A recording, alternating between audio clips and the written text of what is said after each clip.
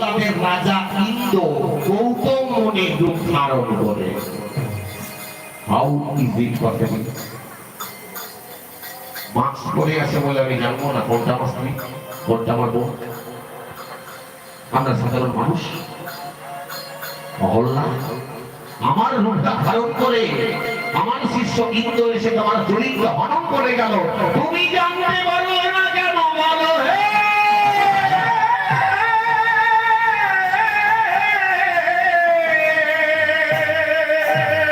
এটা তোমার অপরাধ। স্বামী বলছে, স্বামী গৌতম তুমি জানতে পারলে না? যে যার স্বামী সে তার স্ত্রীকে কেমন করে ভালোবাসে সে তো জানে গো মায়েরা। অপরাধ হয়ে গেছে।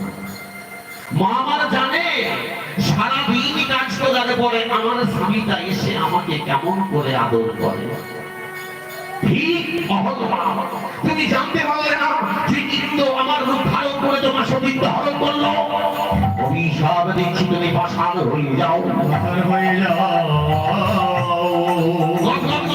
পাষাণ হয়ে যাচ্ছে। অহল্লা বলে দিল, প্রভু আমি অপরাধ স্বীকার করছি, আমি পাথর হয়ে যাব, কিন্তু উদ্ধার হবো কবে? ঋষি বললেন ত্রেতা যুগে দশরথের পুত্ররূপে পূর্ণ ব্রহ্ম সনাতন রামচন্দ্র জন্মগ্রহণ করবে। শ্রীরামচন্দ্রের পাদক স্পর্শে তোমার পাথর আবার নবদেহ পাবে। এটা আমাদের এক নম্বর সত্য। তারপরে নামটা গিয়ে দ্রৌপদী। দ্রৌপদীর কটা স্বামী? কটা স্বামী মানো? পাঁচটা। ধর্মপুত্র যুধিষ্ঠির, ভীম, অর্জুন, নকুল, সহদেব। পাঁচটা স্বামী হয়। মা বলেছে না, মা বলেছে তোরা যা নিয়ে এসেছিস ভাগ করে খেয়ে নে। মা বলে তো লিখা আছে। বলে মা দেখো দেখো কি এনেছি। ওরা দ্রৌপদীকে স্বয়ংবর সভা থেকে লক্ষ্য ভেদ করে এনেছে অর্জুন। বলে মা দেখো দেখো কি এনেছি। বলে ভাগ করে খেয়ে নে। তুমি কি বললে মা? তুমি নয়ন তোকে দেখলে না আমি কি এনেছি? আমি যে দ্রৌপদ রাজার কন্যা দ্রৌপদীকে এনেছি লক্ষ্য ভেদ করে। বলে মাতৃবাক্য না করো লঙ্ঘন, পঞ্চজনে করো দ্রৌপদীর সম্ভাষণ। এবার মুকুট হইলে বিফল যাইবে, অভিসম্পাদের কারণে পাঁচ ভাই নরকে যাবে।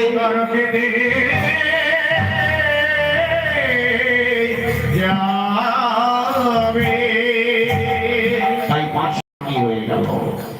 এরপর দ্রৌপদী যখন জানতে পারলে তার আরেকটা স্বামী আছে, সেটাকে কুন্তির গর্ভে জন্মেছিল, সেটা কর্ণ। তাহলে আমি পাঁচজনকে স্বামী রূপে পেয়েছি, কর্ণকে যেন পেলাম না? বলো রাধে, পাঁচটা স্বামীর পরে আবার যে একটা স্বামীকে চাই, এটা কি তার কলঙ্ক নয়? আর তুমি নিজেকে কলঙ্কিনী বলছো? অহল্লা দ্রৌপদী রইল কিনা কুন্তি, ভোজরাজের কন্যা কুন্তি।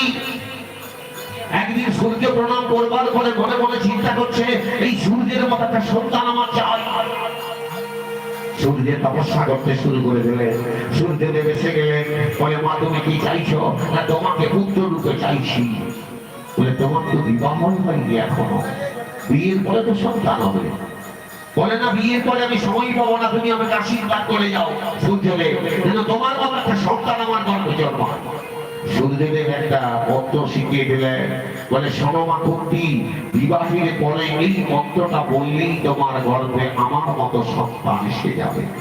চলে গেলেন সূর্যদেব। কুন্তি দেবী অল্প বয়স, মনে মনে চিন্তা করলেন হ্যাঁ গো সূর্যদেব আমাকে যে আশীর্বাদটা করে গেছে সত্যি কিনা দেখি। যখনই মন্ত্রটা বলে দিয়েছি সঙ্গে সঙ্গে কুন্তি দেবী গর্ভবতী হয়ে গেলেন। কিন্তু কুন্তি দেবীর এখনো বিবাহ হয় নাই। তাহলে অবিবাহিত কন্যার গর্ভে যদি সন্তান আসে, সেটা কি তার কলঙ্ক নয় রাধে? ভগবান রাধারানীকে বলছে, আর তুমি নিজেকে কলঙ্কিনী বলছো।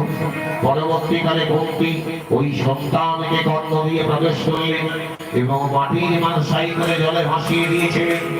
তুলেছিলেন একটি জেলে, নাম তার অধীর। এই কথাগুলি কিন্তু সব গোবিন্দ রাধারানীকে বলছে।